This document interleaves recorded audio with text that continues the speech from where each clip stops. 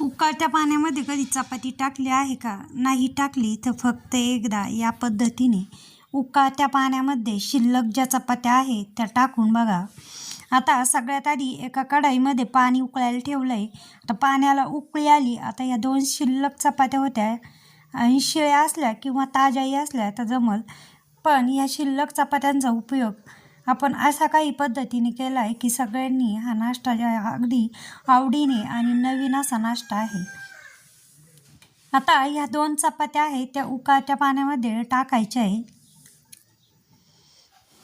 आता 2 चपात्यासाठी जवळजवळ 1.5 ते 2 ग्लास पाणी उकळायला ठेवलं होतं आणि आता ह्या चपात्या यामध्ये टाकलेल्या आहे उकळत्या पाण्यामध्ये. आता ह्या ज्या चपात्या आहे त्या छान अशा शिजून घ्यायच्या आहे या पाण्यात.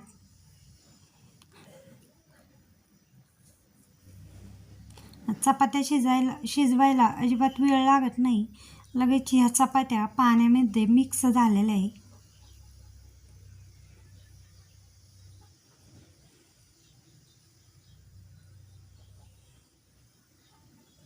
आता चमचा घेतला. चमच्याने या चपात्यांची जी आहे ते आपण पेज बनवतो त्या पद्धतीने या चपात्या सगळ्या त्याच्यामध्ये अशा एकदम अजून थोड्याशा शिजून घ्यायच्या आहे. जास्त त्याची पेस्ट झाली पाहिजेत असं शिजून घ्यायचं आहे.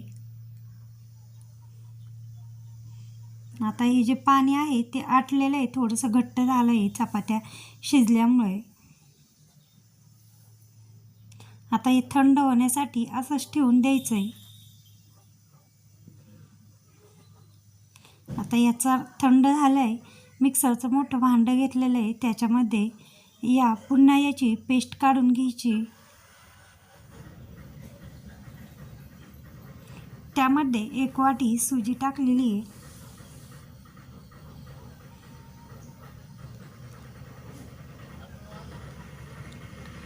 आता याचा आपण डोसा बनवत नाही आहे किंवा उत्तप्पाही बनवत नाही आहे. नेमकं काय बनवतं तेही आपल्याला कळण. त्यामध्ये आता असं 2 चमचे थोडंसं आंबट असं दही टाकलं आणि तिन्ही छान असं मिक्स झालं.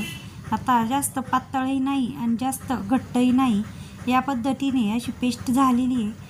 थोडंसं मिक्सरच्या भांड्यामध्ये जी काढली होती चपात्या ते धुवून अजून थोडंसं पाणी टाकलेलं आहे. अगदी थोडंसं, आता जास्त पातळही बनवायचं नाही. आता यामध्ये कुटून घेतलेली काळी मिरी पावडर टाकलेली आहे. याने चव छान येते.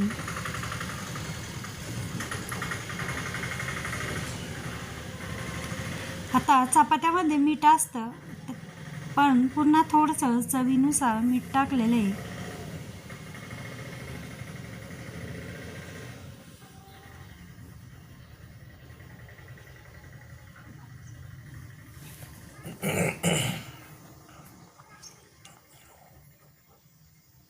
आता यामध्ये सोडा इनो काही न टाकता यामध्ये बेकिंग पावडर टाकलेला आहे 1 चमचा. बेकिंग पावडर किंवा सोडा टाकला तोही जमन. आता हा तवा आहे तो तापायला ठेवला आहे. नॉनस्टिकचा तवा आहे पण कांद्याने पुन्हा आता तो जुना झालेला आहे. कांदा घेतला, कांद्याने त्याला तेल चोळलं. यामुळे आपण जे बनवत आहोत ते चिटकत नाही.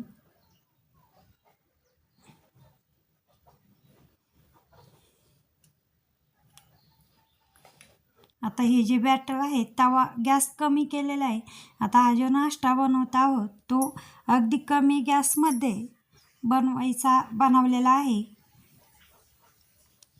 आणि पातळ बनवायचा नाही, जाडच ठेवलेला आहे आणि झाकण ठेवून या पद्धतीने तो भाजून घेतला.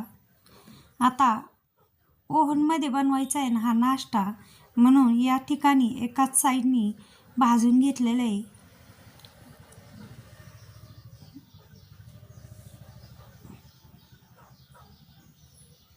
आता यामध्ये पिझ्झा सॉस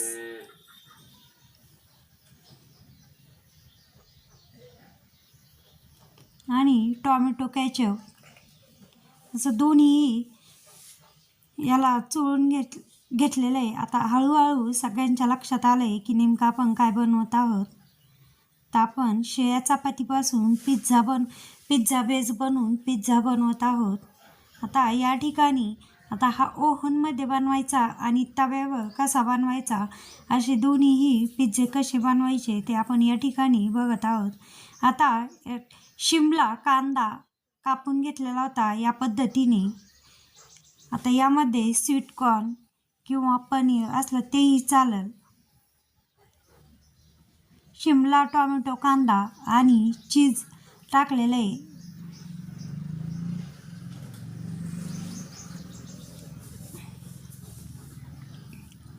आता या ठिकाणी चीज थोडंसं जास्त टाकलेलं आहे.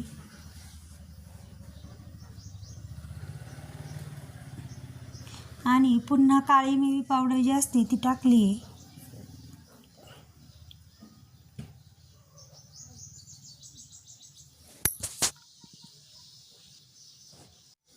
आता 6 मिनिटासाठी ठेवलेला आहे हा पिझ्झा होण्यासाठी.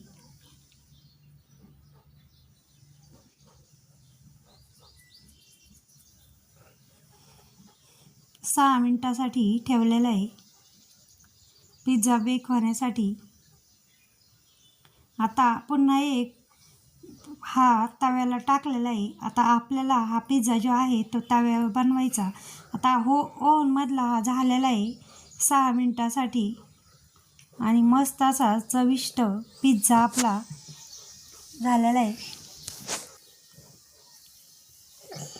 आता हा एक पिझ्झा आपल्याला पिझ्झा बेस झालेला आहे. आता हा दोन्ही साईडनी भाजून घ्यायचा आहे आणि एकदम पटकन असा निघत पण आहे, चिटकत नाही तव्याला.